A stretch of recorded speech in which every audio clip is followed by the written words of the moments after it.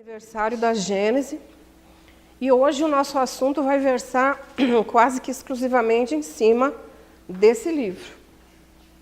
É um tema muito difícil, muito técnico, e eu peço a vocês que me ajudem, porque não é fácil falar sobre temas tão delicados, principalmente esses que fazem parte do livro A Gênese. Então, hoje o tema central é leis divinas. E hoje nós vamos falar sobre Deus e a origem das coisas, livre-arbítrio, causa e efeito, o próximo e perfeição moral. Interessante, eu estava até comentando com o Márcio, que todo ano acontece isso. Quando a gente senta para ver que temas a gente vai falar, vão falar sobre isso. Depois que eu vou começar a preparar, é que eu me dou conta, e todo ano acontece isso. O primeiro é científico, o segundo é filosófico e o terceiro é religioso. Mas isso sai sem querer, quer dizer, sem querer da nossa parte, né?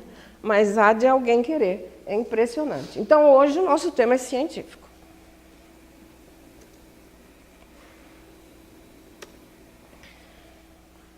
A ideia que os nossos antepassados formavam de Deus, em todas as épocas, sempre esteve de acordo com o grau de ciência sucessivamente adquirido pela humanidade.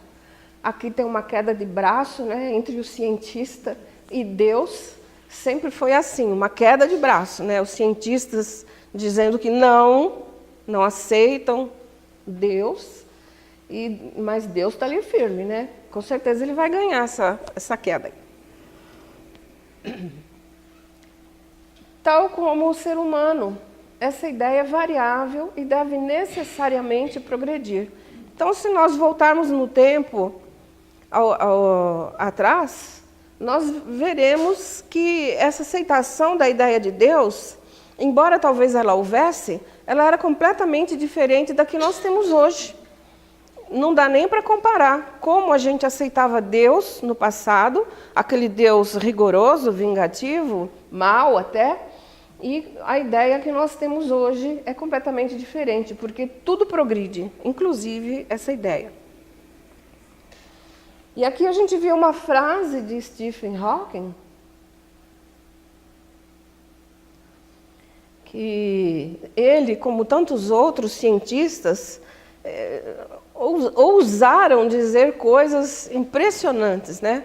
Achando que a física, a química, a ciência de uma forma em geral, explica todo o universo sem a necessidade da crença num ser supremo. E também lembrei desse Yuri Gagarin, né? Disse que não viu Deus lá em cima. Não vi Deus. Estou aqui em cima, estou aqui na Lua, mas não estou vendo esse tal de Deus. Mas a pergunta, né, que não queria calar entre os cientistas era sempre essa: a força rege ou é regida pela matéria? Como é que fica a situação da matéria? É a matéria que rege a força? Muitos cientistas achavam que sim. Ou é a força que rege a matéria? Esse sempre foi um questionamento muito profundo entre eles. Mas com o tempo descobriram a soberania da força e a ilusão dos materialistas. Hoje a gente sabe que materialista é ilusão mesmo, né?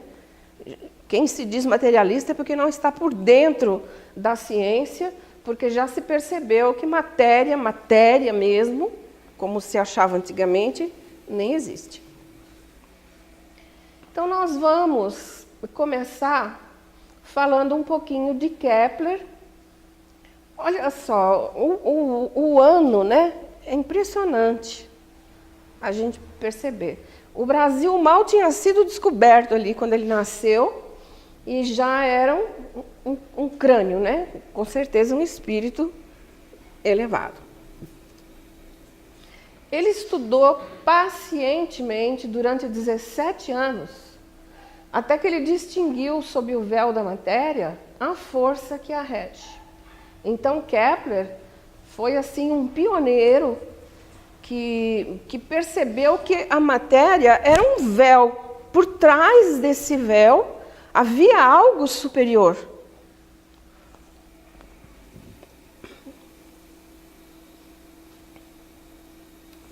Vamos ver se vai funcionar aqui.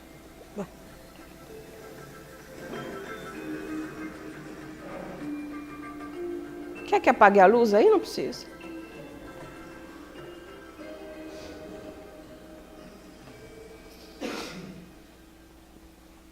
Johannes Kepler foi um astrônomo que viveu entre os anos de 1571 e 1630, numa região correspondente à atual Alemanha. Exímio matemático, Kepler chegou às 3 leis que imortalizaram seu nome e que estão relacionadas com os movimentos dos corpos celestes. Ele participou do processo de ruptura de uma tradição de mais de 15 séculos que associava a perfeição às figuras esféricas.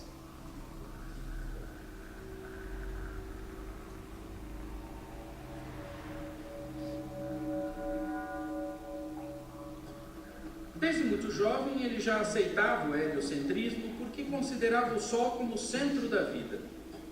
Ele também acreditava que Deus havia planejado o universo de um modo racional, fazendo uso da matemática. Uma das suas ideias resultou na tentativa de encaixar o movimento dos planetas numa associação de sólidos platônicos e esferas perfeitas. Mas, no fim, percebeu que não havia nenhuma evidência observacional que sustentasse essa proposta. Essas evidências surgiram quando Kepler uniu seu trabalho com as precisas observações do céu feitas por Tycho Brahe no observatório chamado Uraniborg. Kepler estudou pacientemente os resultados obtidos por Brahe para a órbita do planeta Marte. Foi aí que apareceu algo estranho. A hipotética órbita circular não passava por todos os pontos de observação com a precisão requerida. Os pontos unidos mostravam uma órbita em forma de elipse, muito próxima de uma circunferência, é verdade. Kepler concluiu posteriormente, não sem esforço e dedicação, que os planetas andam em órbitas elípticas e o Sol ocupa um dos focos dessa elipse. Essa passou a ser conhecida como primeira lei de Kepler, ou lei das órbitas. A segunda lei de Kepler pode ser melhor compreendida se imaginarmos uma linha ligada diretamente do planeta ao Sol. A área varrida por ela é sempre a mesma em intervalos de tempo iguais. A terceira lei, conhecida como lei harmônica, corresponde a uma proporção entre o intervalo de tempo em que o planeta gira em torno do Sol e a sua distância média em relação a ele. A lei harmônica afirma que o quadrado do período de revolução de um planeta é proporcional ao cúmulo da sua distância média. Esta lei foi posteriormente associada à lei da gravitação universal de Newton. As leis de Kepler servem para quaisquer sistemas binários, ou seja, estrelas que giram ao redor de estrelas, planetas ao redor de estrelas, satélites ao redor de planetas e assim por diante. A crença de Kepler em mostrar a harmonia por trás da natureza foi só mais um passo da nossa eterna busca pela beleza e precisão do universo. Um sonho complexo, cheio de sutilezas e nem sempre com resultados óbvios. Até os próximos programas. Quando a gente vê essas coisas, a gente percebe a nossa ignorância, né? Como pode um homem, em 1580, por aí, ter esse conhecimento incrível, né? De perceber que, na época, se acreditava que os planetas giravam em forma circular, e ele percebeu que não, que era elíptico a forma que os planetas giram. Só um detalhe, não tinha telescópio nessa época ainda não. Verdade. Tem alguém batendo ali. Marcos.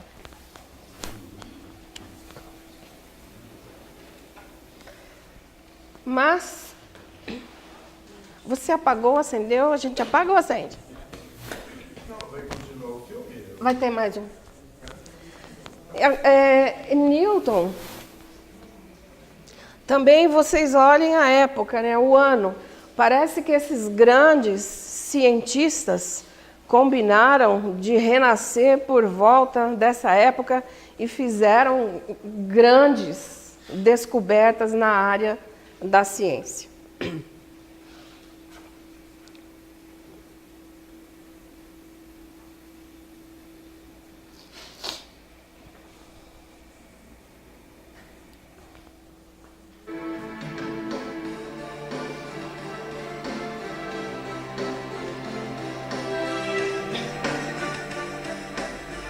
Newton acreditava que se o Sol desaparecesse, os planetas imediatamente seriam lançados no espaço.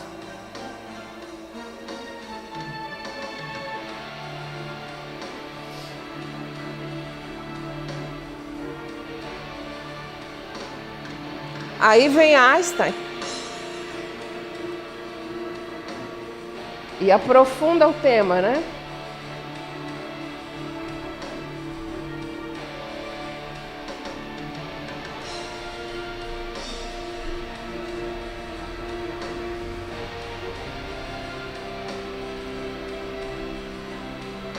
Curvatura do tempo e espaço.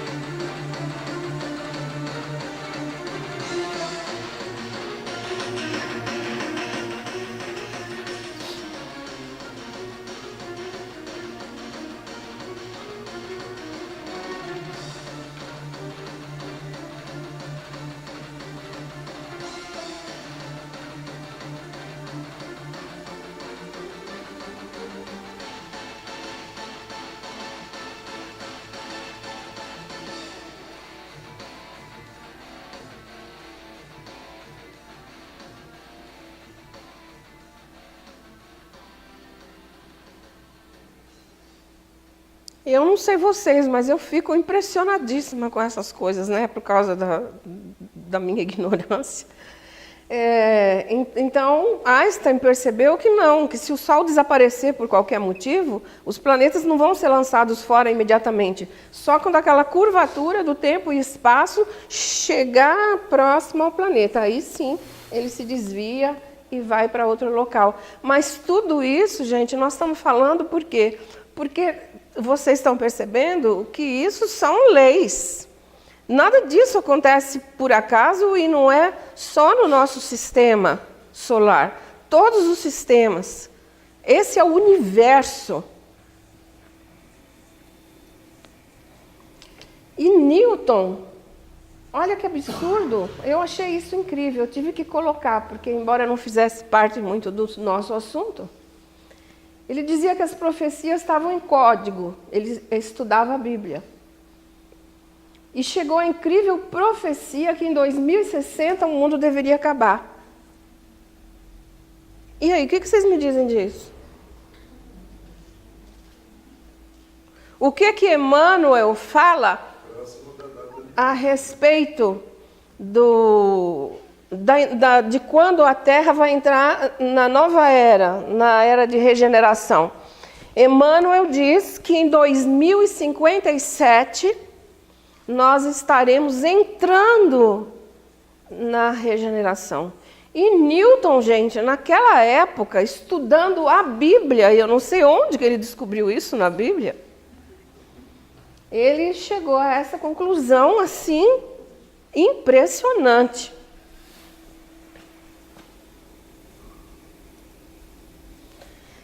Então, todos os movimentos celestes são consequências da lei divina. Nada no universo ocorre ao acaso. Tudo está sob o controle total de Deus. Partindo desse princípio, explica-se como a atração exercida entre as grandes massas esféricas, componentes do nosso sistema, é regulada por uma lei cuja expressão é exatamente idêntica como os movimentos elípticos dos planetas ao redor do Sol e dos satélites ao redor dos planetas. Então, a atração exercida entre todos esses planetas é regulada por uma lei idêntica para todos, para todo o universo. Essas conclusões que os cientistas estão chegando agora são gerais, totais. E é também a execução dessas leis que está confiada a harmonia do sistema planetário. É a elas que os mundos devem os seus anos, estações, dias. É nelas que aurem luz e calor, e delas derivam a eclosão da vida. E a gente, em 5 minutos que nós estamos observando isso, para nós já é suficiente para crermos num poder superior, criador, e que mantém tudo no equilíbrio. E a gente fica pensando, né, em cientistas, muitos cientistas, que observando tudo isso, ainda são capazes de afirmar que Deus não existe, que tudo isso se rege naturalmente, excluindo Deus da criação. Sob a ação dessas leis, os mundos se transportam no espaço com a rapidez de um relâmpago e percorrem centenas de 1000 léguas por dia, sem parar, seguindo estritamente a rota certa, previamente traçada por essas mesmas forças. Isso é sensacional, né? A gente está caminhando a uma velocidade absurda, sem parar, e a gente não sai da rota. Tudo é perfeito.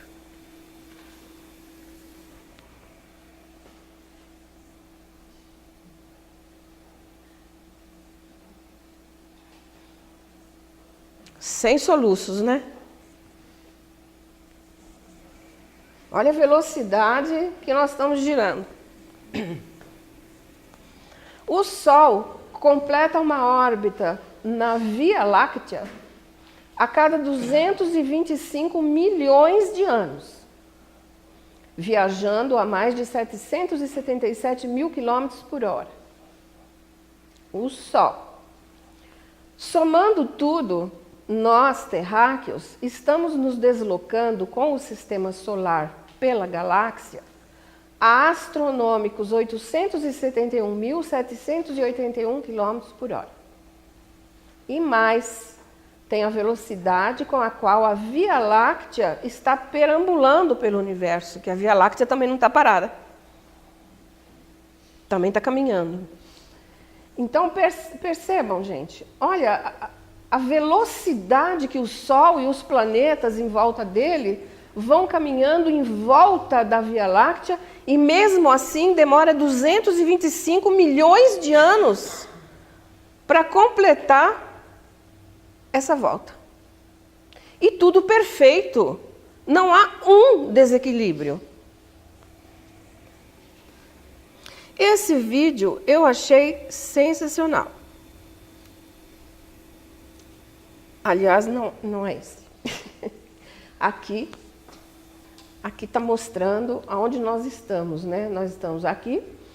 Então, a gente leva 225 milhões de anos para fazer isso. Isso aqui. 225 milhões de anos.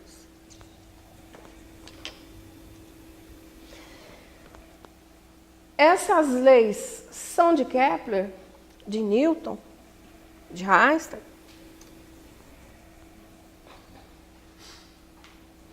A gente identifica as leis por aquele que a descobriu, né? Que chegou àquela conclusão. Mas, na realidade, essas leis são divinas. Elas só estão sendo, aos poucos, descobertas. Está sendo retirado o véu de sobre elas. Então, leis naturais ou universais? As grandes leis do equilíbrio têm a sua sede sagrada em Deus, fonte perene de toda a vida. É tão bom a gente crer nisso, não é? Não dá segurança? Vocês estão acordados? Que bom. Não é ótimo, gente, a gente ter essa... Oi?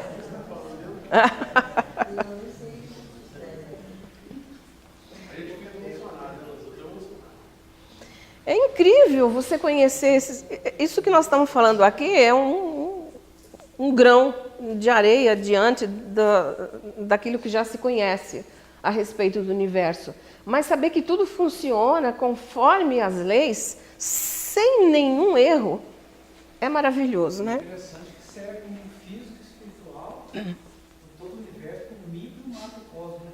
Para tudo.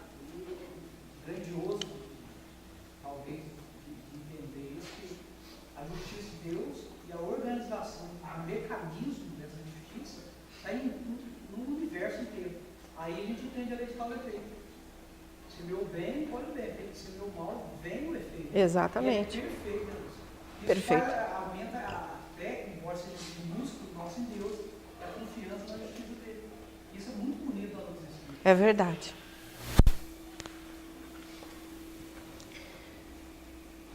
Eu acho que eu pulei alguma coisa. Deixa eu ver. Não.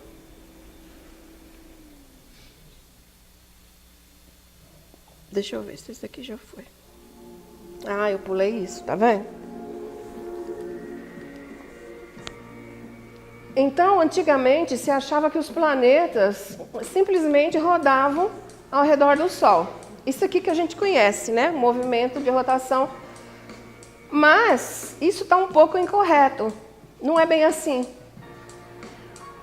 Então, o nosso sistema solar está caminhando pelo espaço 70 mil quilômetros por hora. E agora a gente vai ver essa figura. Olha, gente, o que está acontecendo? O Sol caminhando a essa velocidade incrível e nós estamos aqui, ó. Ele está correndo e nós estamos correndo junto com ele.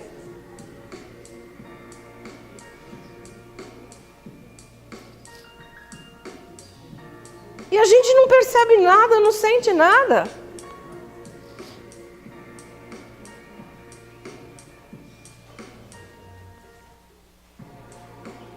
Você vê um vórtex?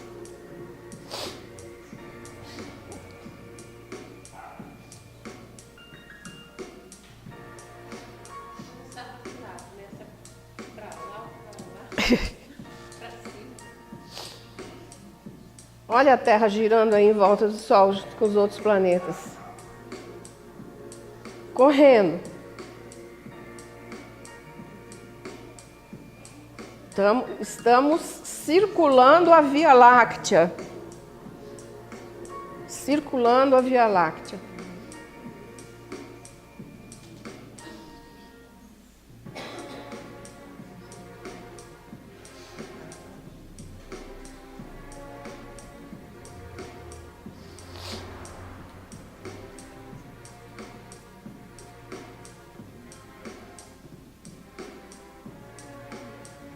Por que isso é importante?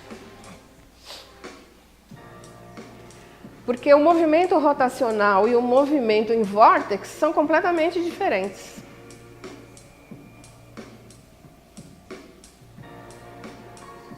Vida é vórtex, não rotação. Somente rotação.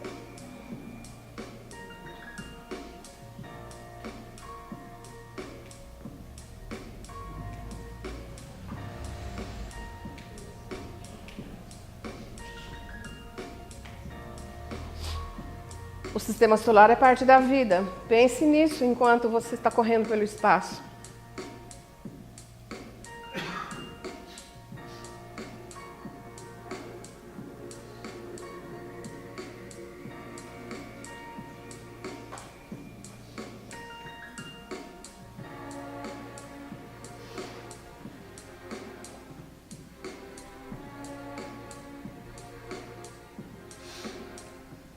Eu tenho labirintite, mas eu não estou sentindo nada disso daí.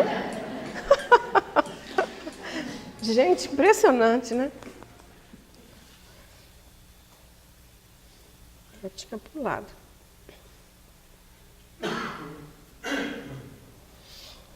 Então agora a gente vai ver o diálogo de Kardec com os espíritos superiores sobre esse assunto no livro dos Espíritos.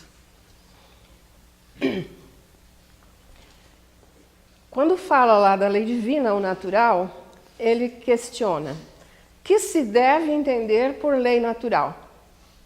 A lei natural é a lei de Deus e a única verdadeira para a felicidade do homem.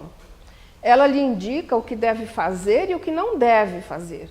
E ele não é infeliz senão quando se afasta dela. Então os espíritos já foram bem claros, dizendo que essa lei é de Deus e é a única verdadeira. A seguinte: a lei de Deus é eterna? Ela é eterna e imutável quanto o próprio Deus. Graças a Deus mesmo, né? Se fosse imutável, como que a gente estaria? Que objetivos abrangem as leis divinas? Concerne-lhes outra coisa que a conduta moral? Todas as leis da natureza são leis divinas, porque Deus é o autor de todas as coisas. O sábio estuda as leis da matéria, o homem de bem estuda as da alma e as pratica. Então aqui nessa questão 617, está resumido todo o nosso estudo nos 3 tópicos deste ano, né? Que é Deus e a origem das coisas, que é essa parte em que o sábio estuda as leis da matéria, é nisso que nós estamos. E depois, as próximas 2 reuniões, nós vamos falar do homem de bem que estuda as leis da alma e as pratica. Assim como os corpos celestes se movem em torno uns dos outros, sem por isso deixarem de estar unidos num elo solidário, assim também os átomos oscilam em torno de sua respectiva posição, sem se afastarem dos limites regulados pela coesão ou pela afinidade molecular. Aquilo que o Robson falou, né? O que vale para o macrocosmo vale para o micro também. O movimento dos átomos, dos elétrons, é muito semelhante ao que nós acabamos de ver. Aqui tem um átomo em 3D. Epa, tá vendo? Tá dando um... Espera aí.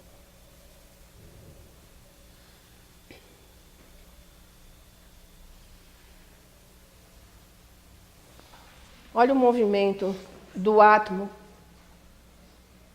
como é muito semelhante ao que nós acabamos de ver no universo.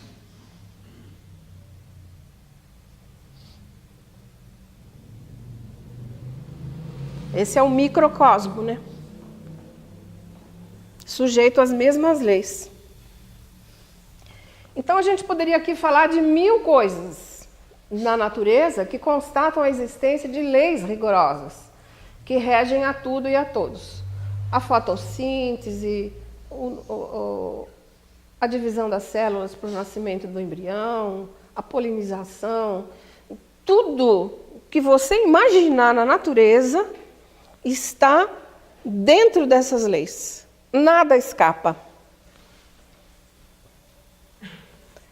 Pela síntese, o espírito se eleva à noção de uma lei única, lei e força universais, que valem por expressão ativa do pensamento divino. Luz, calor, eletricidade, magnetismo, atração, afinidade, vida vegetal, instinto, inteligência, tudo deriva de Deus. São coisas que a gente já sabe, mas é bom a gente reforçar, para a gente lembrar que estamos todos inclusos nessa lei divina. Deus é a força inteligente, universal e invisível, que constrói sem cessar a obra da natureza.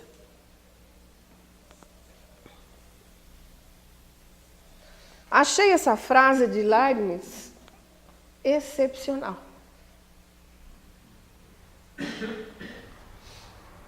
Quem me ajuda a definir o que ele quis dizer com isso?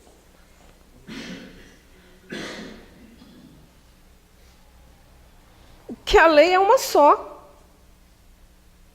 Tanto faz se é metafísica, se é geometria, se é moral, é tudo uma coisa só. É a lei. Então vamos lá, voltemos. É dado ao homem conhecer o princípio das coisas? Não. Deus não permite que tudo seja revelado ao homem neste mundo. Mas por que será que Deus não permite? A gente vai fazer tudo errado. A gente já faz. Sem saber ao certo, a gente já faz errado, né? Imagine se a gente tivesse... Aperfeiçoar a lei de Deus.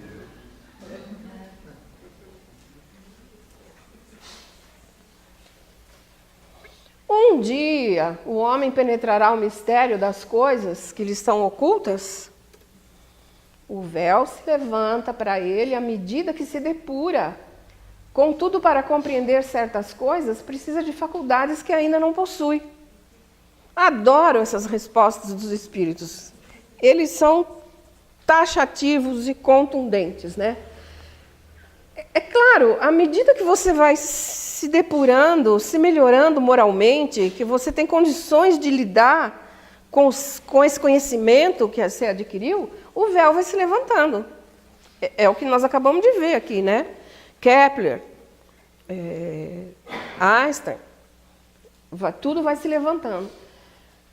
Mas para certas coisas, a gente ainda não tem algumas faculdades. A gente nem sabe quais são. Mas, por enquanto, as faculdades que nós temos são limitadas. Não nos dá permissão para penetrar mistério nenhum. A matéria existe desde o princípio como Deus ou foi criada por Ele em determinado momento? Que pergunta maravilhosa, né? Gente, Kardec é show. Só Deus o sabe. Entretanto, há uma coisa que a vossa razão deve indicar. Deus, modelo de amor e caridade, jamais esteve inativo. Por mais distante que se consiga imaginar o início de sua ação, poder-se-á compreendê-lo um segundo sequer na ociosidade? Quer dizer, a matéria existe desde o princípio como Deus, mas Deus é o Criador, né? E ele nunca esteve inativo. Se ele nunca esteve inativo, rapidamente ele criou alguma coisa. Mas eu deixei grifado esse Deus modelo de amor e caridade porque eu vou usar essa frase desse texto mais para frente. Aí a gente vai entender melhor por que os Espíritos escreveram isso aí. Define-se geralmente a matéria como sendo o que tem extensão, impressiona os nossos sentidos e é impenetrável. São exatas essas definições? Do vosso ponto de vista, essas definições são exatas. Porque não falais senão do que conheceis. Mas a matéria existe em estados que vos são desconhecidos. Pode ser, por exemplo, tão etérea e sutil que nenhuma impressão vos cause aos sentidos. Entretanto, é sempre matéria, embora para vós não seja. Isso aqui em 1857. De lá para cá, já houve alguma evolução disso aí que os espíritos estão falando? A evolução que tem é que o cientista hoje fala que existe uma matéria escura e uma energia escura. Ou seja, calculou, pelos cálculos que fizeram, falou, tem que ter alguma coisa ali, só que não conseguiram detectar o que é. Não conseguiram enxergar isso. Mas tem porque tá lá. O cálculo fala, para acontecer assim, tem que ter. Exato. Só que eles não conseguem detectar. E o que mais? Essa energia sutil aí, o Leonardo ia falar?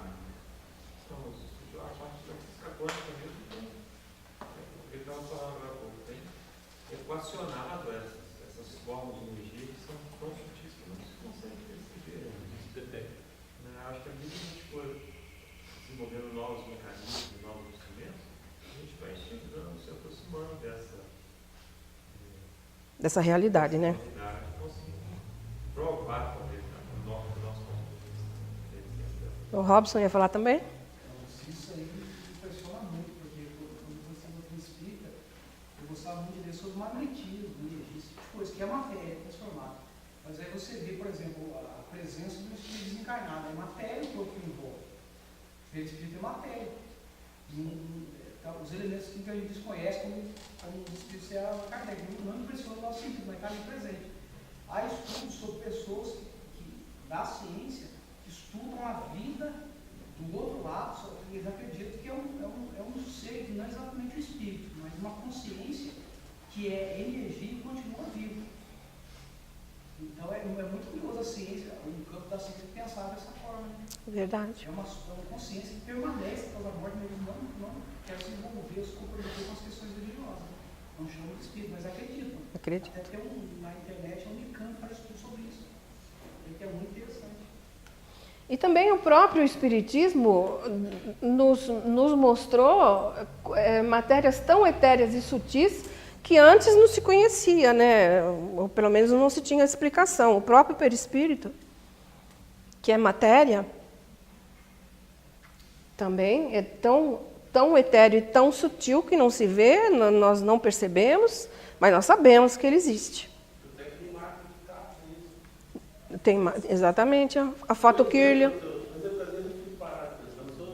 sou ignorante, não gosto até de mexer. Mas você pega o celular, você bate uma foto, a pessoa está lá no Japão, uma foto já chega lá de você. Isso é matéria. É impressionante, né? É impressionante.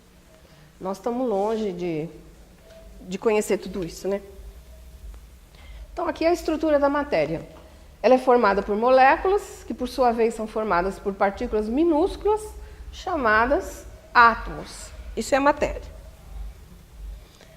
Mas vamos lá. Que definição podeis dar de matéria? Olha a definição que eles dão. A matéria é o laço que retém o espírito. É o instrumento de que ele se serve e, ao mesmo tempo, sobre o qual exerce sua ação. Então, eles colocaram aqui a matéria como sendo algo necessário à evolução do espírito e vice-versa.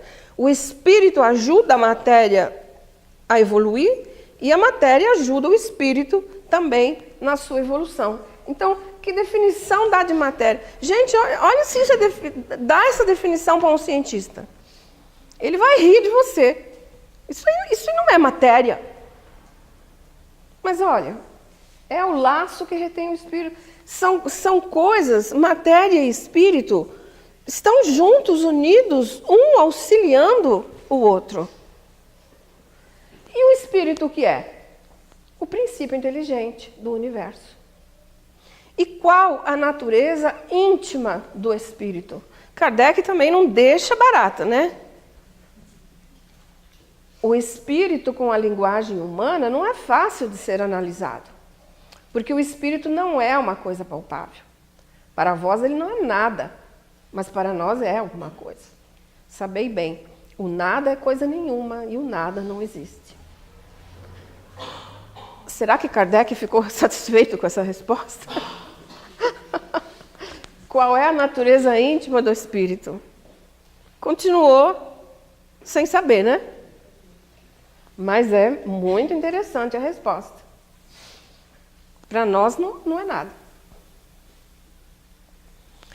Haveria, assim, dois elementos gerais do universo, a matéria e o espírito? Sim. E, acima de tudo, Deus, o Criador, o Pai de todas as coisas. Essas três coisas são o princípio de tudo o que existe, a Trindade universal. Mas ao elemento material é preciso juntar o fluido universal, que desempenha papel intermediário entre espírito e matéria, propriamente dita. Muito grosseira a matéria, né? Para que o espírito possa ter ação sobre ela. Então aqui surgiu um fato novo. Kardec estava trabalhando matéria e espírito, o que é matéria, o que é espírito, estava se aprofundando. E aí os espíritos jogam isso aqui, ó. Mas ao elemento material é preciso juntar o fluido universal. Não que ele seja matéria, ele não é, mas ele serve de intermediação entre espírito e matéria. Esse é um fato novo. Aí está na primeira parte do espírito, né? Porque a É.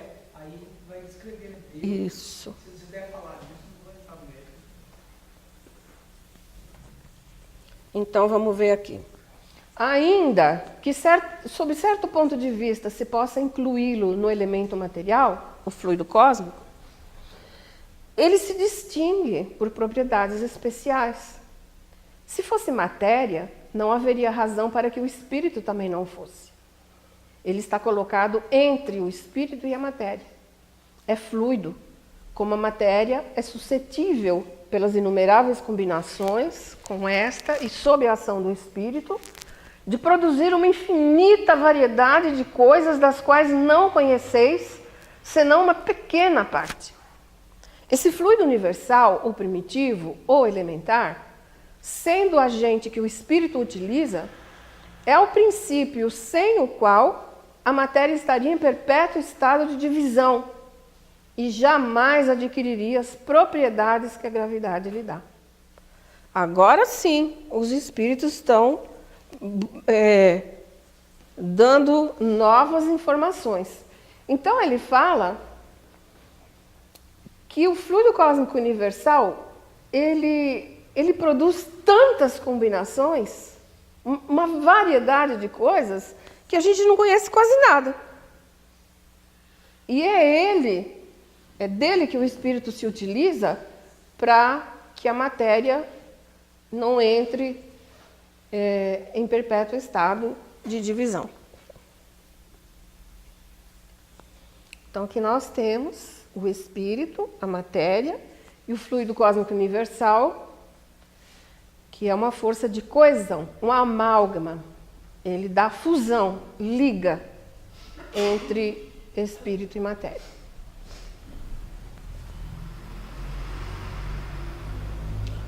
A gente, quando fala sobre esse assunto, a gente sempre dá o exemplo de um copo que você coloca metade de óleo e metade de água. O que acontece? Não se mistura. Fica lá o óleo embaixo, a água em cima e não se mistura. É preciso você colocar algumas gotas de uma substância, que eu esqueci o nome, que se você colocar essa substância, imediatamente eles se misturam. Então, é algo assim. Agora a gente vai ver o que é fluido, que a gente está falando muito de fluido, né? Isso aqui eu peguei no dicionário. Qualquer substância que, em razão da pouca adesão das moléculas entre si, flui, como os líquidos e os gases, e não apresenta uma forma independente, cedendo facilmente às mudanças de forma provocadas pela pressão do recipiente ou do espaço em que se encontra. Flui, como os líquidos e os gases. E aqui, o que o Carlinho falou, que hoje os cientistas já têm como certo isto, de que a matéria visível, isso aqui essa bola aí é o universo inteiro. Dentro do universo, só 10% é matéria visível, 90% é matéria escura. É uma medida absurda. Então, nós temos trilhões e trilhões de galáxias, de planetas, o universo é imenso, que a gente não tem nem noção. Isso é 10%.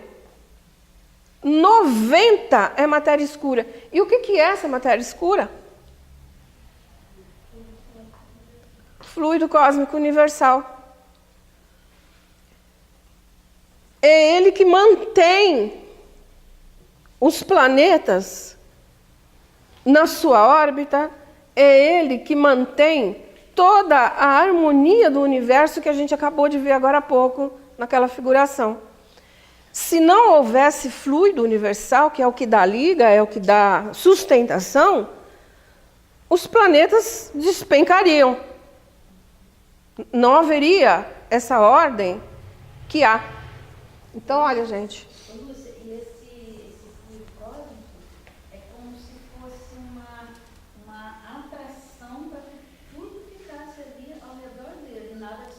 Isso mesmo. Não é? É a lei da atração que está embutida nisso aí. Exato. São dois mundos, isso é como se fosse eu lembrei da definição dele como se fosse uma teia, né, que une todas as coisas do universo, quando você mostrou lá a noção de espaço dentro de Tempo e Einstein. espaço de Einstein. Ele definiu bem, é mais ou menos isso.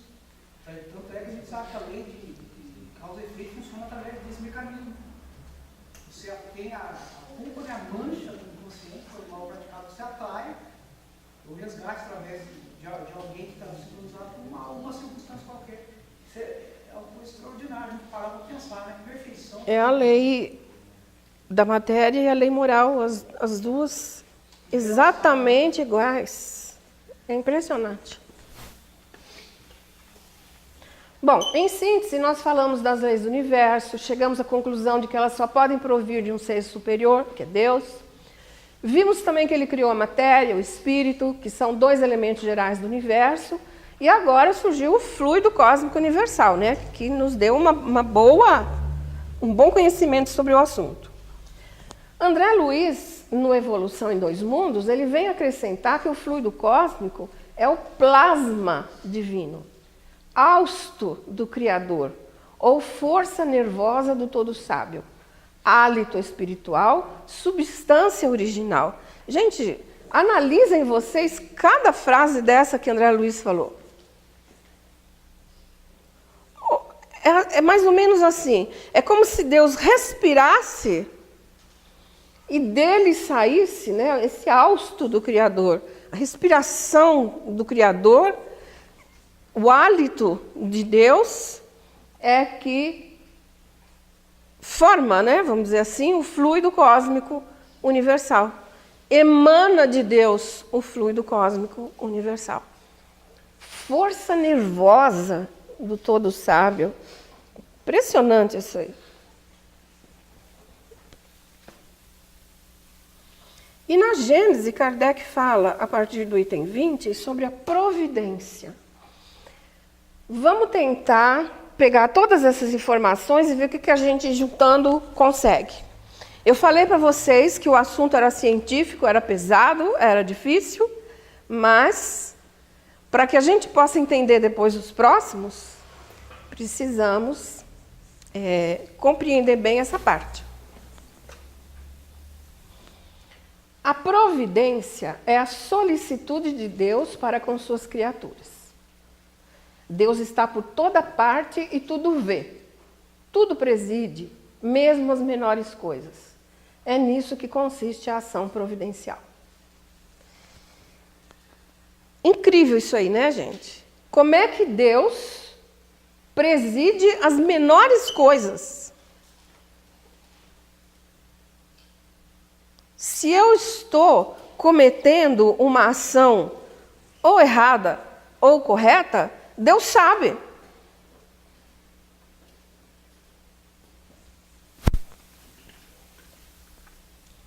Como é que Deus, tão grande, tão poderoso, tão superior a tudo, pode se imiscuir em detalhes ínfimos, preocupar-se com os menores atos e os menores pensamentos de cada indivíduo? Não parece estranho isso? A primeira impressão que dá é que Deus está muito preocupado lá com o universo. Tem tanta coisa para fazer no universo. Todos os mundos habitados. Quantas humanidades nesses planetas e sistemas solares. Deus tem muito trabalho para fazer lá no universo inteiro. Como é que ele vai se preocupar de saber o que eu estou pensando? Como o Márcio disse no início, uma formiguinha. Será possível que ele tenha acesso às coisas mais íntimas minhas? Ele vai largar o universo todo lá para vir se preocupar comigo? Mas eu acho que essa ideia do fluido cósmico universal, sendo o todo do fluido cósmico universal, dá exatamente a sensação de que Deus tem, vamos dizer, esse poder, ou registra, né, em toda a sua propriedade, dentro do fluido cósmico universal, registra tudo. É o que eu vou falar. É uma sensação que ele tem. Exatamente. Tal é a questão que o incrédulo se coloca, donde conclui que, em admitindo a existência de Deus, sua ação não deve se estender senão sobre as leis gerais do universo. Que o universo funciona de toda a eternidade em virtude dessas leis, às quais cada criatura está submetida em sua esfera de atividade, sem que seja necessário o concurso cessante da providência. É aquilo que eu acabei de falar. Deus estaria tão preocupado no equilíbrio do universo que não seria necessário ele ficar preocupado com a gente aqui. Em seu estado atual de inferioridade, os homens não podem compreender Deus infinito, porque o figuram restrito e limitado, igual a eles. O fazem uma imagem de sua imagem. Agora, continuando lá, na Gênesis. Suponhamos um fluido bastante sutil para penetrar todos os corpos. Esse fluido, sendo ininteligente, age mecanicamente, tão só pelas forças materiais. Então vamos devagar para ver se a gente sai daqui compreendendo. Vamos imaginar o fluido. Já vimos o que é fluido. Mas ele é muito sutil, ele penetra todos os nossos corpos. Nós estamos impregnados de fluido. Mas ele é ininteligente, ele não tem inteligência. Ele age mecanicamente. Mas, se supusermos esse fluido dotado de inteligência, de faculdades perceptivas e sensitivas, ele agirá não mais cegamente, mas com discernimento, com vontade e liberdade. Verá, entenderá e sentirá. Gente do céu, olha isso. Se o fluido for inteligente, ele vai ver, vai entender, vai sentir, vai agir. Mas como? Como pode isso? As propriedades do fluido do perispírito vão nos dar uma ideia disso. Um exemplo. O fluido perispiritual não é inteligente por si mesmo, uma vez que é matéria. Mas ele é o veículo do pensamento, das sensações e percepções do espírito. O fluido perispiritual não é o pensamento do espírito, mas o agente e intermediário desse pensamento. Olha que exemplo Kardec está dando. O fluido do perispírito não é inteligente, ele é matéria. Mas o nosso espírito comanda inteligentemente esse fluido.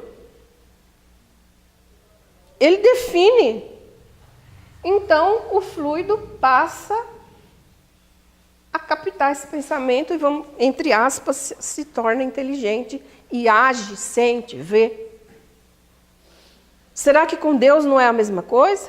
Nós vimos que o fluido cósmico universal é a respiração de Deus. Então, nós temos 90% do universo de fluido cósmico universal. Ele não é inteligente, esse fluido. Mas como é Deus que o manipula, é Deus que o cria, é Deus que se utiliza dele para o equilíbrio das leis, ele passa a ser inteligente, o fluido cósmico. Porque está sob a orientação da inteligência divina. Está muito complicado? A ação da inteligência divina age. Que ocorra assim ou não com o pensamento de Deus, quer dizer que ele atue diretamente ou por intermédio de um fluido, para facilidade da nossa inteligência, representemo-lo sob uma forma concreta de um fluido inteligente, preenchendo o universo infinito, penetrando todas as partes da criação. Isso é maravilhoso, hein, gente? Isso aqui que nós estamos estudando, nem os cientistas sabem, nem Einstein sabia. Nós estamos na frente de Einstein. Estamos descobrindo que o fluido cósmico universal está sob o comando de Deus e se torna muitas vezes inteligente. Isso agora que me admira é a capacidade que Allan Kardec tinha em entender, interpretar. Não é uma mente qualquer, é um ser extraordinário, inteligente. A percepção que ele tem, porque É incrível. eu lembro a primeira vez que eu li os Espíritos, eu não dormia, eu ficava pensando como que ele conseguia ter essas definições tão concretas. Chegar a essas conclusões, Nossa. Então é algo extraordinário. é sensacional. Então a natureza inteira está mergulhada no fluido divino. Nós fazemos parte da natureza? Estamos mergulhados no fluido divino, inteligente. Esse fluido estando por toda parte, tudo está submetido à sua ação inteligente, à sua previdência, à sua solicitude. Isso é Kardec, hein?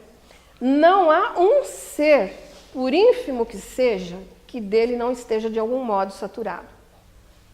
Estamos assim constantemente em presença da divindade. Não há uma única de nossas ações que possamos subtrair ao seu olhar. O nosso pensamento está em contato com o seu pensamento. E é com razão que se diz que Deus lê nas mais profundas dobras do nosso coração. Estamos nele como ele está em nós, segundo as palavras do Cristo. Isso aqui já é um gancho para o nosso próximo estudo, né? Olha aqui. Não há uma única de nossas ações que possamos subtrair ao seu olhar.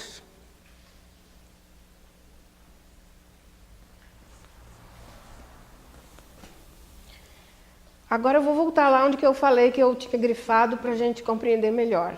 Vamos repetir. Lá estava escrito se a matéria existe desde o princípio ou foi criada por Deus.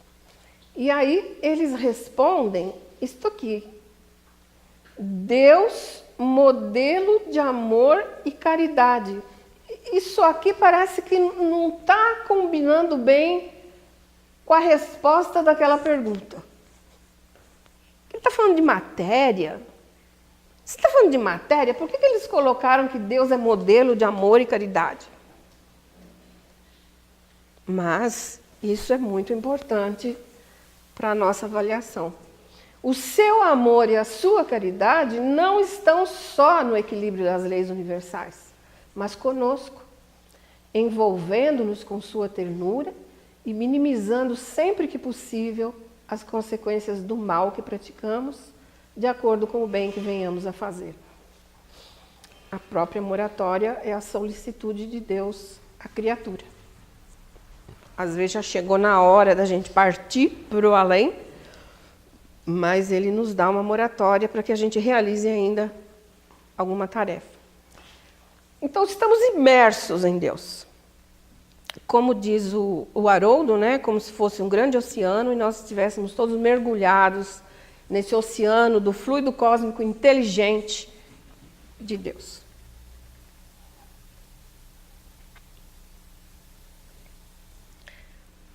Conhecendo um pouco mais sobre o fluido cósmico, agora a gente vai complicar, mas vamos complicar para valer. Quem está dormindo acorda, porque agora é que a gente vai buscar a origem do espírito.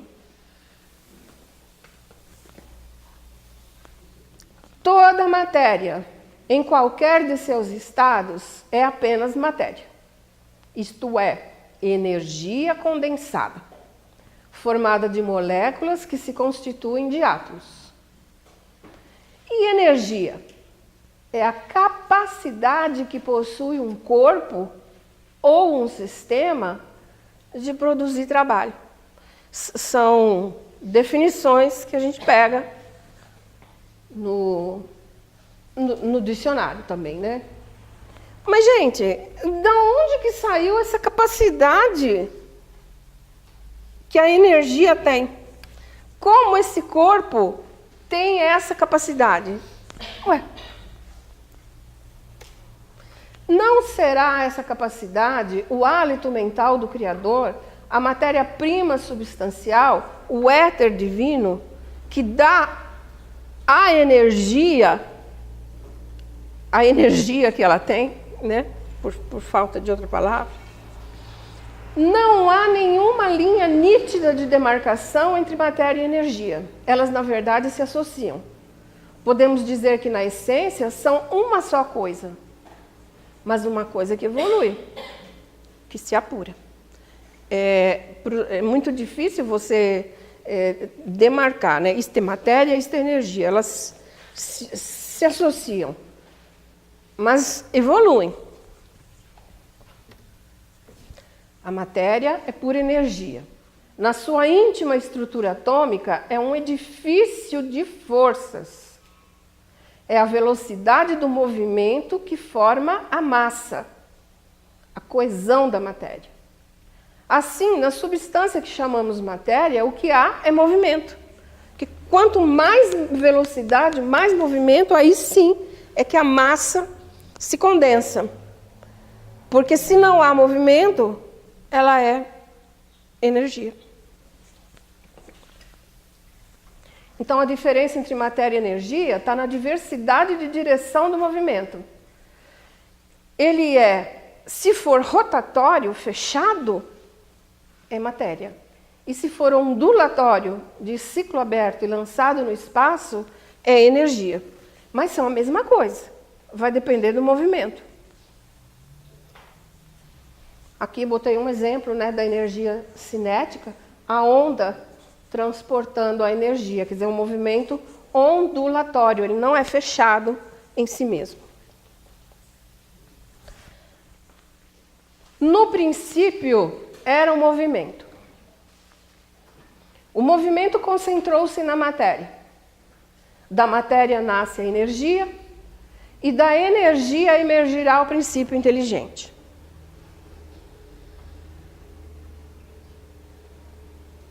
Agora nós vamos parar para tomar café, para a gente poder digerir como é que da energia vai nascer o princípio inteligente.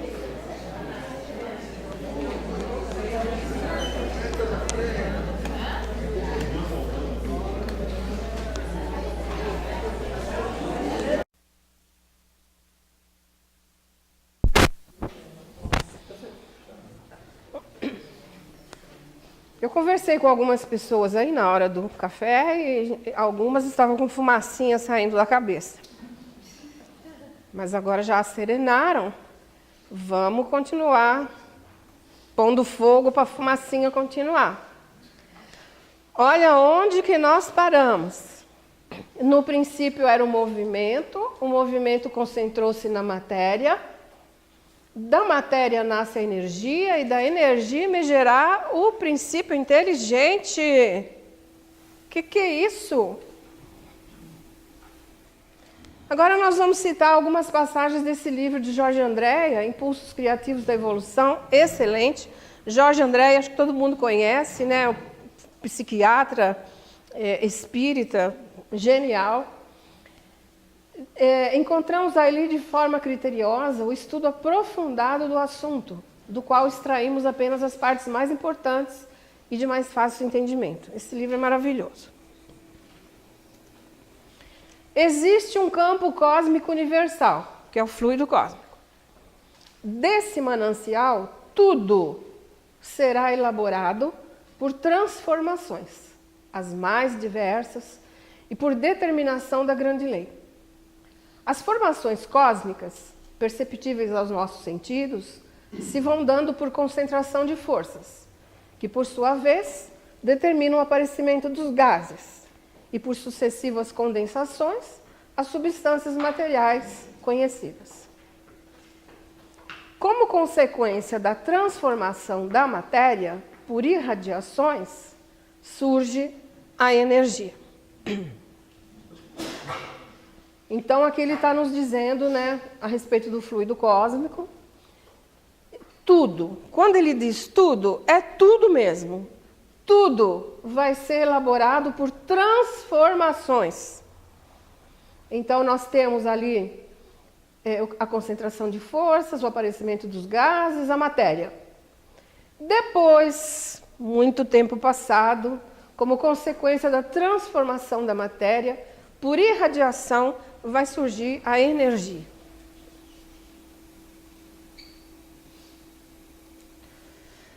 O primeiro elemento a despontar nessa tabela periódica aqui é o hidrogênio.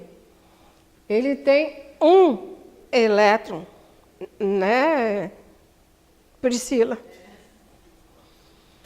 Essa tabela periódica aqui é velha, né? Tem mais elementos agora, né? Esse semestre ainda. Esses dias aí descobriram mais. Mas tá bom, para a gente compreender vai dar. O último elemento da escala química foi o resultado de um processo maturativo dentro do mecanismo evolutivo. Olha o que ele está nos falando. Que esses elementos progridem. Primeiro tem o hidrogênio, que tem um elétron só. Depois vai maturando, surgindo outro, e outro, e outro. Tudo. Vai surgindo ou já existe? Só para descobrir. Não, vai surgir. Vai surgindo, vai maturando, De 2 hidrogênios você forma um vai formando. Vai formando. Então, a essência da substância cósmica crescerá em experiências pelos diversos campos dimensionais. E imenso percurso na aquisição de experiências atômico-moleculares. Aí responde, né? Um percurso muito grande para conseguir essas experiências. O hidrogênio tem um elétron só, o laurêncio tem 103 elétrons, e entre eles e depois deles, muitos outros. Mas foi num crescendo, né?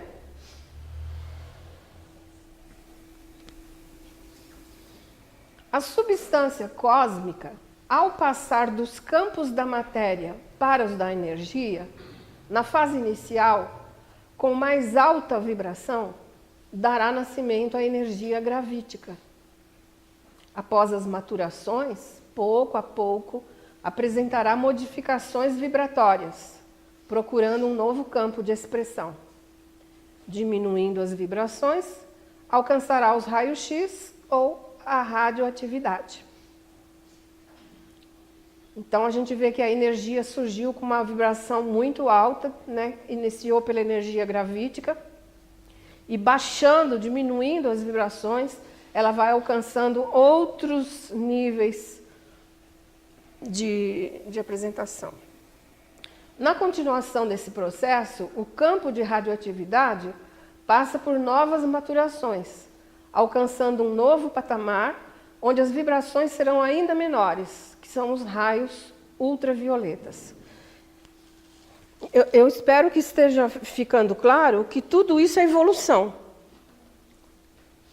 Isso não foi criado assim, não surgiu assim. Foi maturando, evoluindo ao longo dos milênios. E assim por diante, a substância cósmica passa pelos campos da luz até os raios infravermelhos, alcançando o campo da eletricidade e, finalmente, o do som. Então, nós estamos acompanhando aqui a evolução da energia. O espírito Emmanuel, considerando o processo radioativo, indica a evolução da matéria, pois é nesse contínuo desgaste que se observam os processos de transformação das individualizações químicas, convertidas em energia, movimento, eletricidade, luz, na ascensão para novas modalidades evolutivas, em obediência às leis que regem o universo.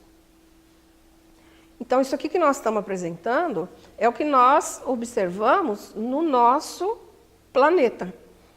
como se deu a evolução da matéria para a energia e como que a energia foi evoluindo até chegar nesses pontos, né? Então, o próprio Emmanuel diz que a matéria evolui e que nesse desgaste vai se convertendo em energia, vários tipos de energias, sempre obedecendo às leis. Quando a substância cósmica concentrou-se na dimensão material e elaborou-se nas diversas personalidades químicas, que a gente viu agora há pouco, ficou credenciada pelo íntimo processamento a penetrar uma dimensão superior no campo dinâmico das energias. Estando bem elaborada, sua maturação se fará na dimensão consciência. Pois não. As nossas escolas ainda apresentam a matéria como se tudo já estivesse aí. Né? Nesse ponto ela fica como na igreja, que é o criacionismo, que tudo já estava aí, não há uma evolução. Então nunca se pensou na questão da evolução da matéria, conforme está apresentando aí. É verdade. Isso é até difícil o nosso entendimento pelas escolas pelas quais passamos. Exatamente. O aprendizado que a gente teve foi outro, né? Agora o Espiritismo está nos mostrando uma outra perspectiva. Difícil a gente trocar em miúdos. Eu tenho muita dificuldade de falar sobre isso. Porque é tão incrível, é tão sensacional. Quer dizer, depois que essa substância cósmica passou pela matéria, passou pela energia, todos os níveis da energia, e penetrou uma dimensão superior, esse dinâmico de energia entrou numa outra dimensão. Consciência. Nasce o princípio inteligente. O princípio inteligente, como tudo na natureza, ele não foi criado estanque. Isso aqui é matéria, isso aqui é energia, isso aqui é princípio inteligente. Tudo vai evoluindo.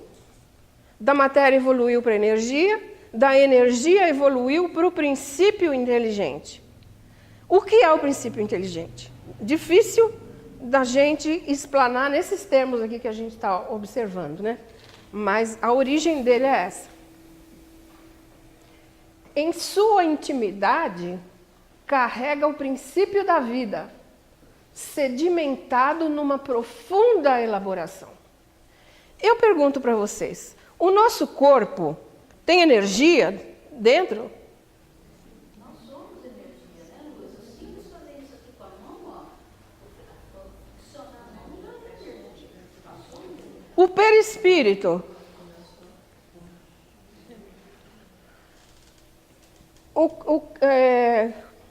Qual é o outro campo lá? O outro corpo? O corpo etéreo.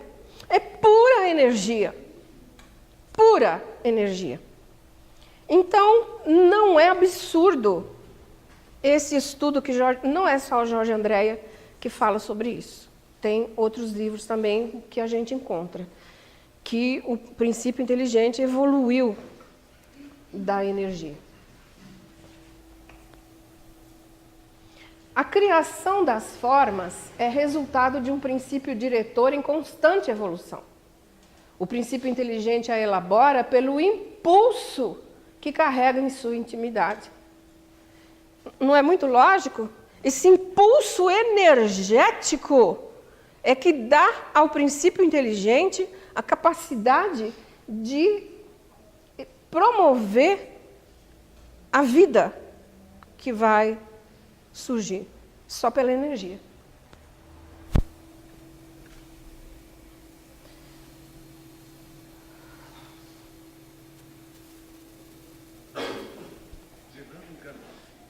Evolução dos seres. Citando Joana de Ângeles pela mediunidade de Valdo Franco, a vida onde quer que se expresse é desafio que merece reflexão. E nada em todas as coisas dorme no mineral por milhões de anos. E Leon Denis acrescenta: a alma é o princípio da inteligência e da vida. Na planta, a inteligência dorme. No animal, sonha. Só no homem acorda, conhece a si mesmo, toma posse de si e torna-se consciente.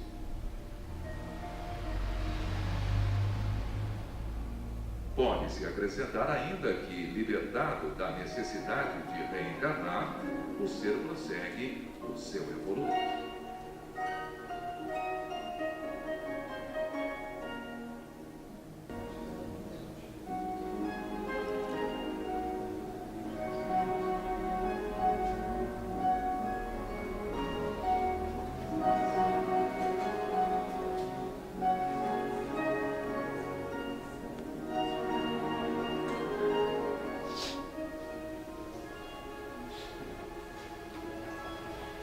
Muito bonito isso, né?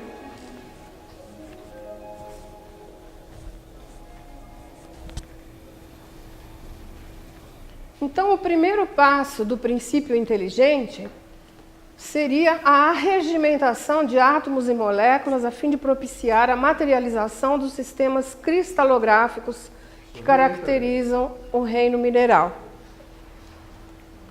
Aqui reinará o princípio de afinidade, traduzido nas forças de atração e coesão, que átomos e moléculas se submetem compulsoriamente, auxiliando na formação energética inicial. Tudo isso aqui está no livro do Jorge Andréa. Quem quiser aprofundar o assunto, está ali. Então fica bem... Você quer continuar? Depois eu continuo?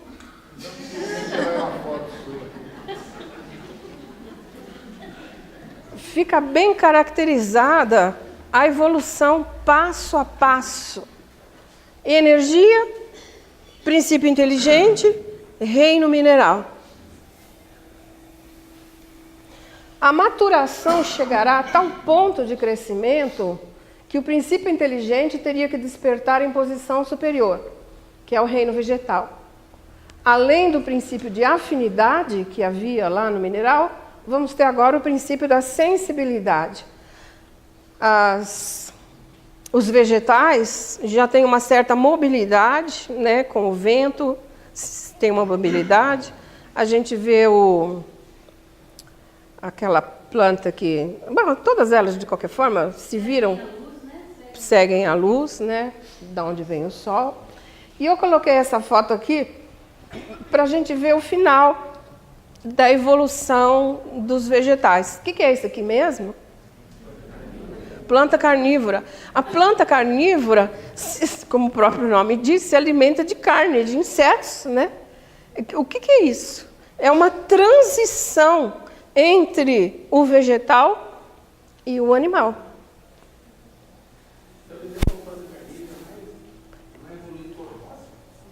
Tá num plano acima.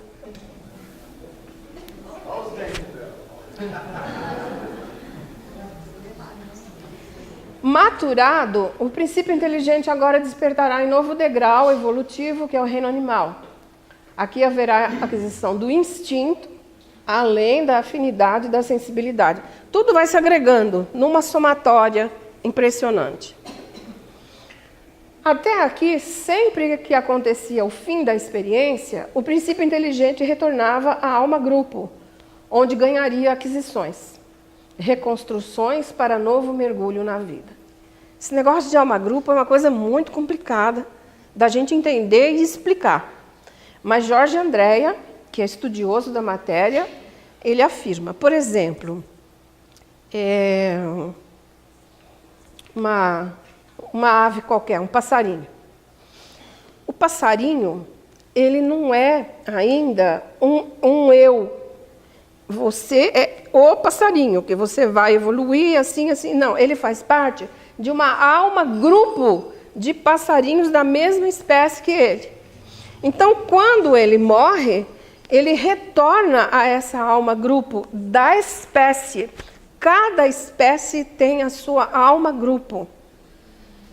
E eles vão indo e vindo, retornando sempre evoluindo, passando de de fases, vamos dizer assim. Mas chega um determinado momento que vai ter um grande acontecimento. Ele, o princípio inteligente, que até então se submetia integralmente à colônia da espécie, que é a alma-grupo, em determinado momento ocorrerá a individualização. Dissociam-se do determinismo da colônia a que pertencem, passando a ter uma relativa independência. Isso acontece, André Luiz também fala sobre isso, né?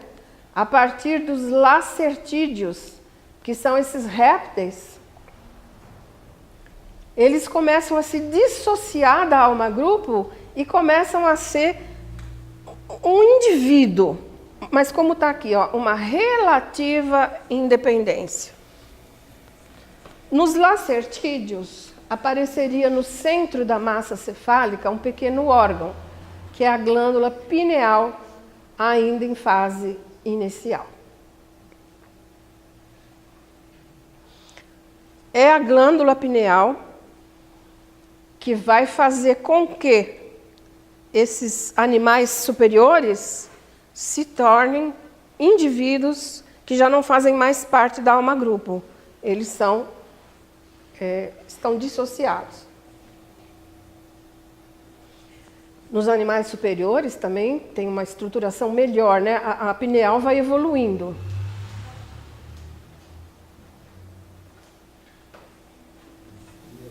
Oi.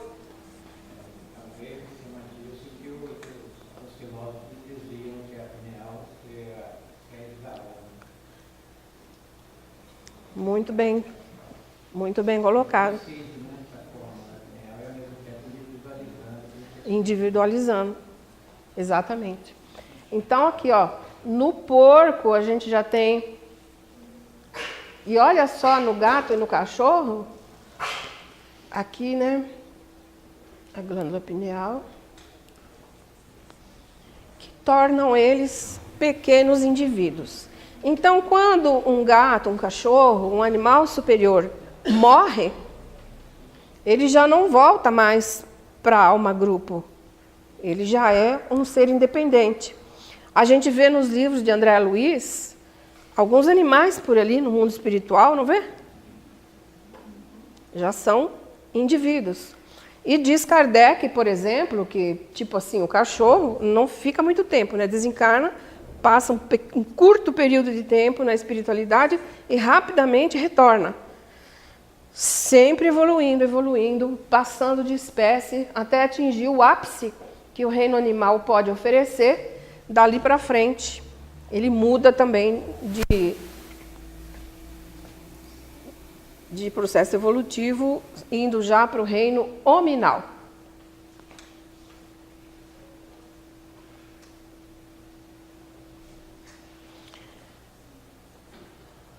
Dizem, né, que os macacos são os mais próximos, né?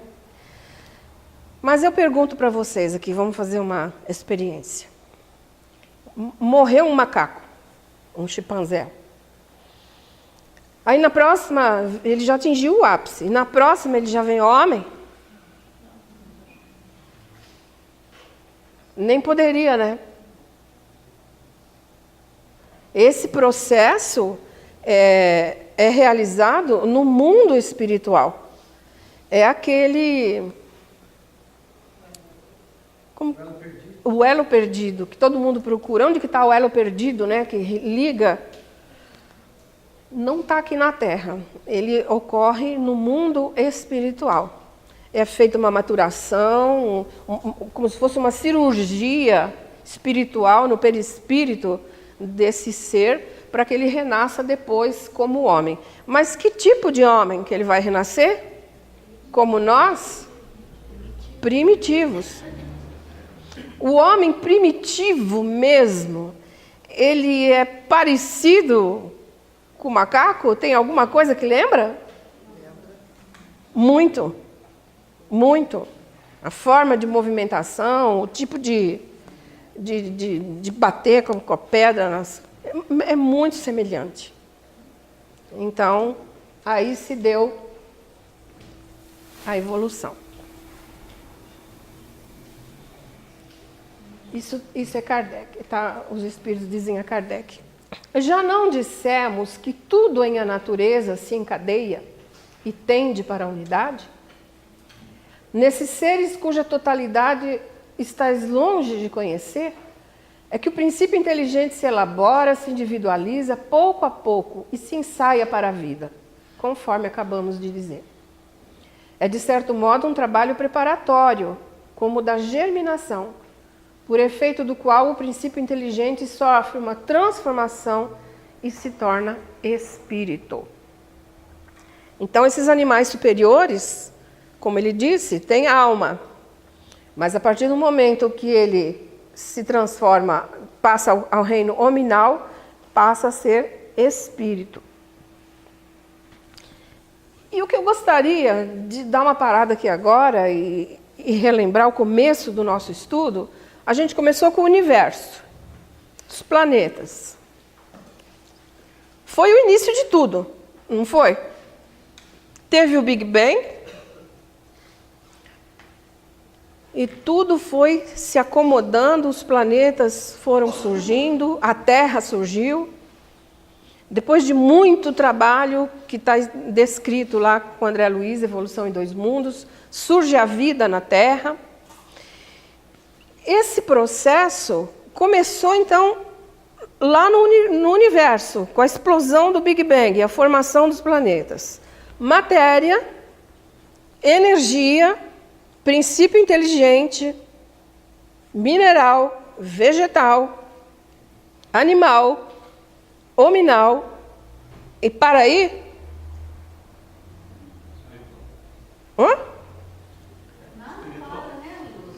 Ainda, a evolução ainda vai bem adiante, nós não estamos no fim. Ainda não atingimos o ápice que a humanidade terrestre precisa para passar de padrão, para atingir outra escala. E a gente vê no prisma material, né, toda essa evolução. E acontece também no prisma espiritual.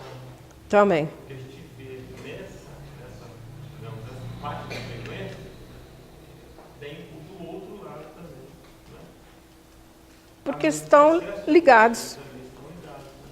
E quando a gente pensa assim, ó, o que a gente consegue perceber no nosso nível, na nossa vibração. Quando a gente sai desse estágio para o estágio não material, mas do plano espiritual, também acontece essa evolução. Exatamente. E com tudo isso aqui fica mais claro da gente perceber por que o planeta agora atingindo a regeneração, aqueles que não acompanharem a vibração do planeta regenerado terão que ir para um outro. Por quê? Porque não evoluíram junto com o planeta. Não evoluíram moralmente. Se atrasaram no processo evolutivo. Então serão recambiados.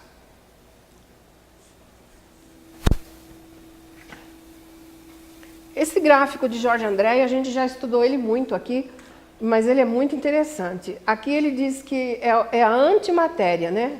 É a zona ou região da antimatéria, campo cósmico, aquilo que a gente viu que vem antes, matéria, energia, aí chegou aqui nesse quadradinho, surge o princípio espiritual.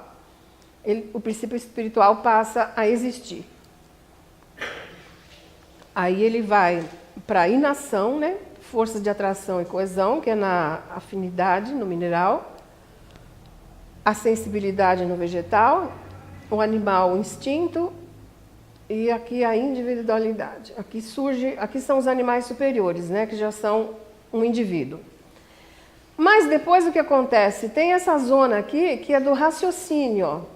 Essa zona do raciocínio, ela está colocada entre os animais superiores, que já têm alma, e os homens, que vão surgir aqui. Então, entre isso aqui e isso aqui, tem uma zona de preparação para a obtenção do raciocínio.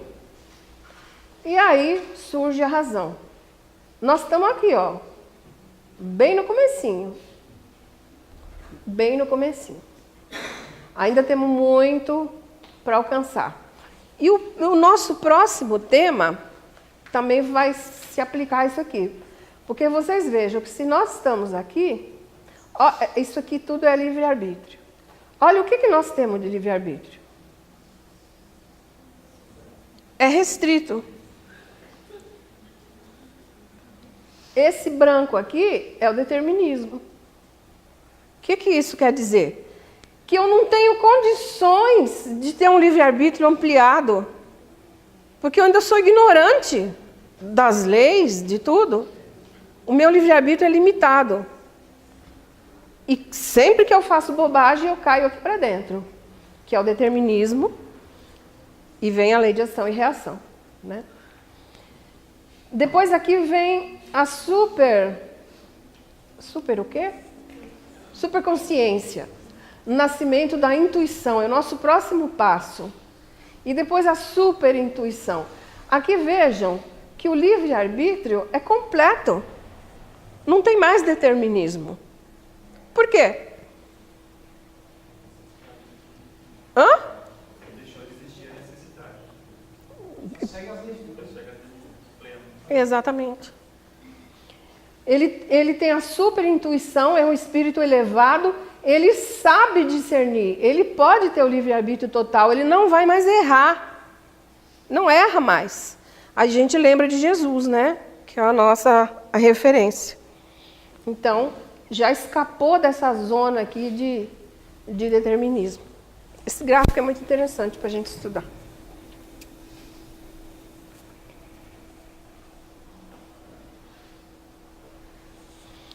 Como não crer em Deus, né? Se Ele está presente em toda essa trajetória. As leis dirigem toda a criação. Do Big Bang ao homem. Então vamos resumir aqui.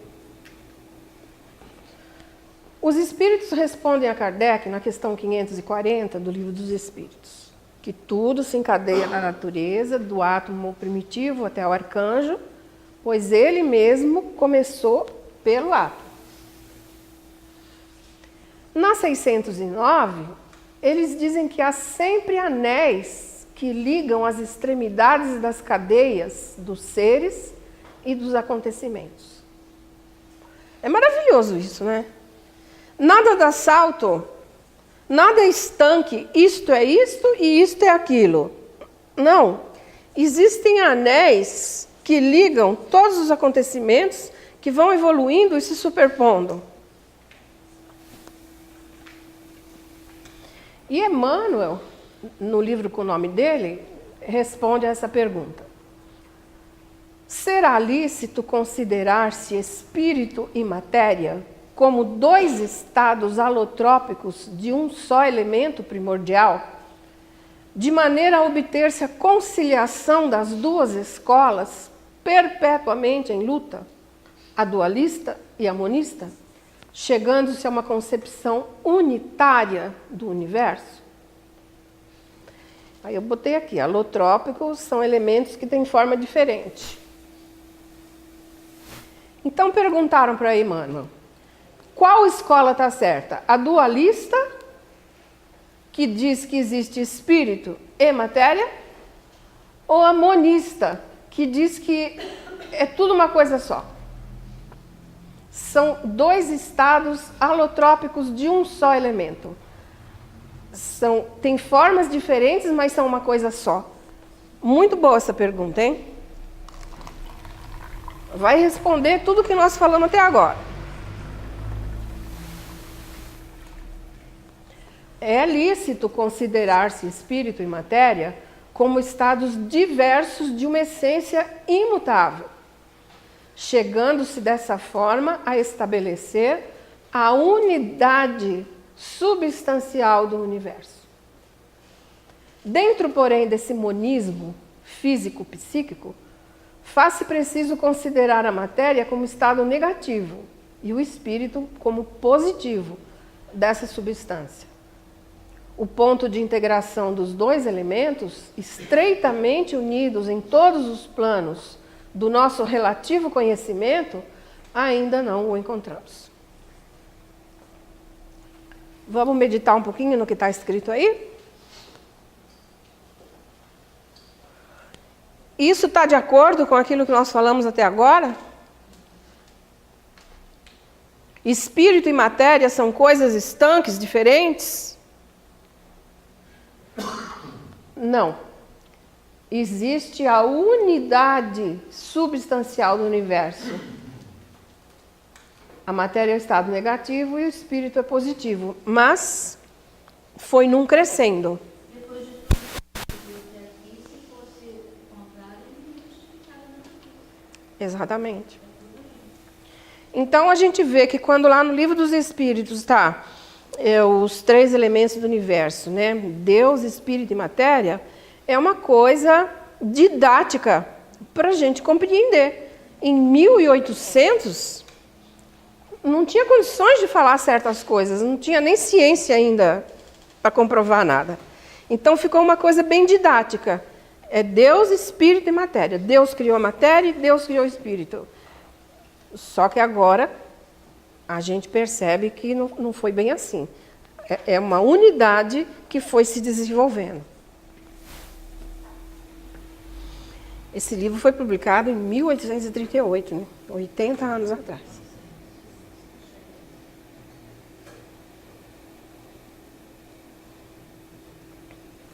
Então, todas as da natureza são leis divinas, pois que Deus é o autor de tudo.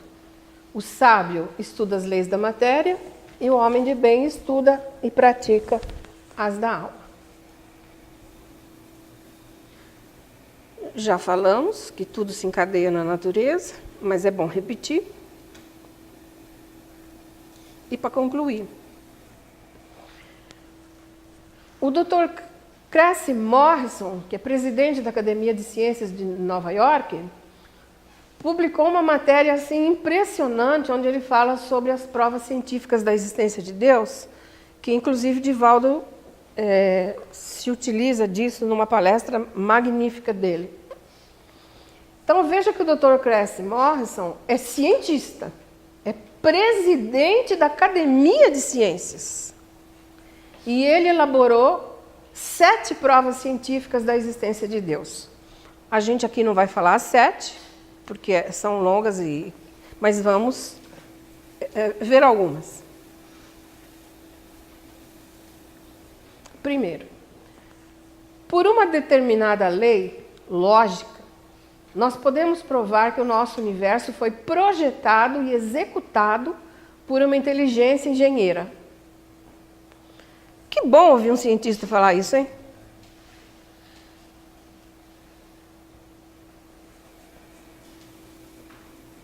Suponha que você coloque 10 moedas marcadas de 1 a 10 dentro do seu bolso. Dá uma sacudidela. Experimenta pegá-las na sequência de 1 a 10, pondo cada uma na sua vez e sacudindo de novo. Sabemos que matematicamente a sua chance de acertar na número 1, logo de cara, é 1 em 10. De acertar 1 e 2 na sequência é de 1 em 100. De acertar 1, 2, 3 em sequência é de 1 em 1000. E assim por diante. Sua chance de acertá-las todas de 1 a 10 sucessivamente alcançaria o cálculo inacreditável de 1 em 10 bilhões. Quando chegar em casa a gente faz o teste.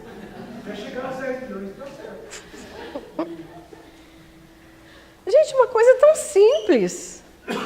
Botar 10 moedinhas no bolso e tentar tirar na sequência. Olha que coisa mais boba.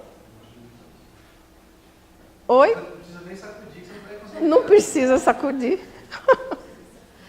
Então, olha, se com uma coisa boba desse jeito acontece uma coisa dessa, imagine no universo, né? Se meditarmos na velocidade que a Terra realiza seus movimentos de rotação e translação, perceberemos que nada aí é acaso. Se ela se movimentasse a 160 km por hora, ao invés de 1.600, a vida seria impossível, porque os dias seriam de 120 horas e as noites também. O sol de 120 horas queimaria toda a vida vegetal e ameaçaria a vida humana, que depois de 120 horas de sombra, iriam encarregar-se de destruir-se pelo frio. Será que foi por acaso que Deus fez com que a Terra se movimentasse a 1.600 km por hora e o dia tivesse 24 horas? Será que foi por acaso? Ele tirou do bolso ali?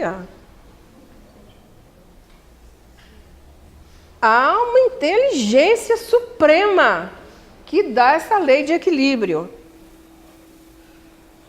Se a atmosfera da Terra fosse mais rarefeita de apenas 1 quilômetro, a vida seria impossível, porque caem sobre a Terra diariamente cerca de 50 milhões de aerólitos e meteoritos, e se não fosse essa atmosfera, que pelo atrito os rala e dissolve, a Terra seria bombardeada. 1 quilômetro a menos de atmosfera. Por acaso?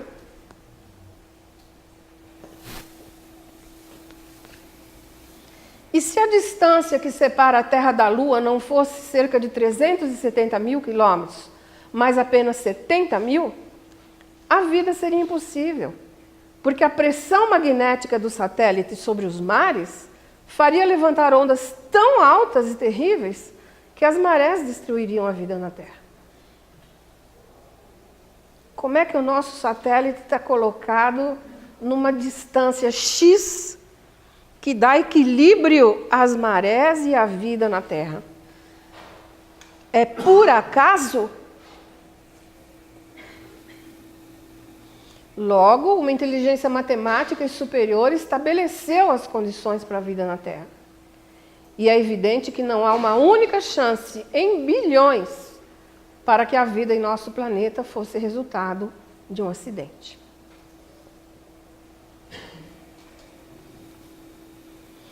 Segunda, a vida.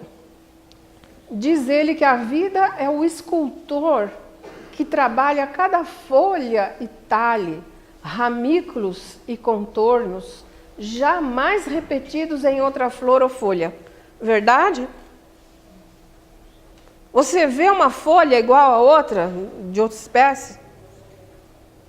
Não tem. A mesma coisa que a impressão digital. Como é que a humanidade inteira, cada um tem uma impressão digital diferente do outro? As folhas, a mesma coisa. Se você pega uma folha, se você é estudioso, né, você vai saber de onde ela veio, a que ela pertence. A vida também é o paciente professor de música que ensina cada pássaro a entoar a sua canção de amor.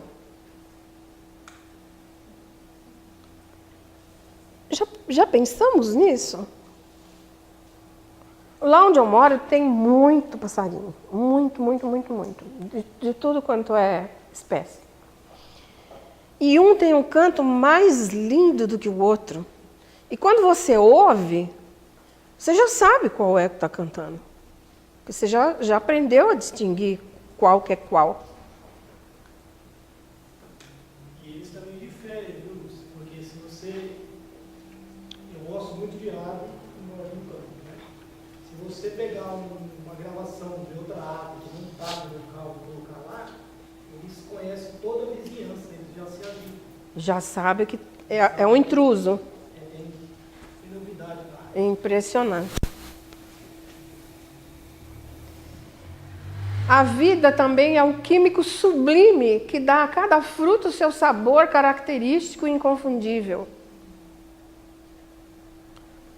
A gente não costuma parar para pensar nisso. Mas se você pega uma laranja e chupa, é completamente diferente do limão, graças a Deus. Então, cada uma tem o seu sabor. Deus é um químico que estabeleceu tudo isso. E terceiro, a sabedoria animal fala irresistivelmente de um bom criador que infunde instintos a todas as suas desamparadas e pequenas criaturas. O João de Barro sobe à árvore mais alta e ali ergue seu ninho. Mas antes de colocar a porta, ele trepa no galho superior, coloca o bico na direção dos ventos, para saber de qual direção virão os ventos, e poder então abrir a porta do lado oposto ao do vendaval. E ele não erra, né? Ele é um construtor ali. É impressionante. E hoje em dia eles estão tão evoluídos que eles têm sobradinho, eles têm triplex.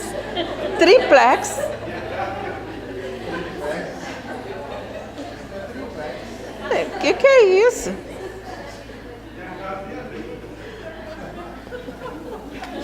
Aqui tem um livre-arbítrio. Aqui tem um livre-arbítrio, já sai de areia, cai tudo. E para finalizar aqui, vamos falar sobre as enguias, que quando vão procriar, elas abandonam todos os mares e nadam em direção das águas abissais das Bermudas. Aí elas procriam e morrem. Elas saem do mundo inteiro e vão lá para as Bermudas. Procriam e morrem. Mas os seus filhos sabem de onde vieram seus pais.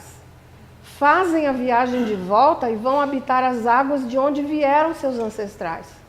Jamais encontraram enguias americanas em águas europeias e vice-versa.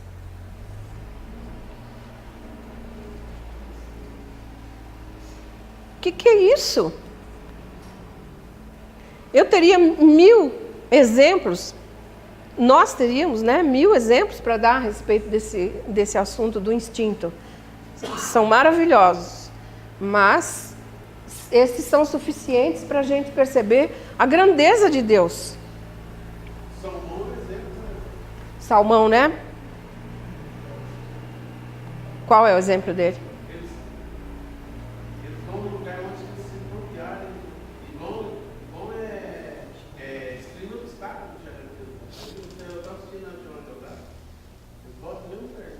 No mesmo lugar, né? Tipo esse aqui. Então, Deus está manifesto no amor. A conclusão que a gente chega a respeito das leis de Deus, de tudo que nós falamos hoje, desde o início do universo até o homem, tudo está definido nisto. Qual é a lei de Deus? É a lei do amor. Ela define todas as outras, porque tudo nele é amor, tudo é sabedoria. E então, chegamos à conclusão de que tudo isso que nós falamos é Deus e suas leis, e também que é Deus e a origem das coisas. Hoje, nós descobrimos um pouco mais sobre as origens, as nossas origens, de onde nós viemos, como nós estamos aqui hoje, como nós chegamos aqui, qual foi a nossa trajetória, quem somos nós, o que nos espera, o que nos aguarda, mas tenhamos uma única ideia central. Deus é amor, suas leis são de amor, então não há o que temer. Não há o que temer.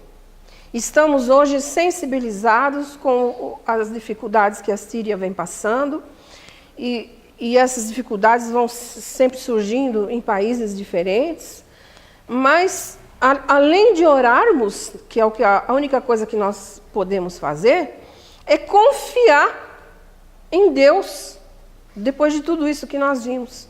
Se Ele é amor e se Ele está em tudo, se nós estamos imersos nele, há de haver um motivo que nos escapa para que isso esteja acontecendo. Mas isso não impede que nós continuemos orando. Gente, eu espero que isso tenha aclarado um pouquinho a nossa ideia sobre o assunto. Obrigada.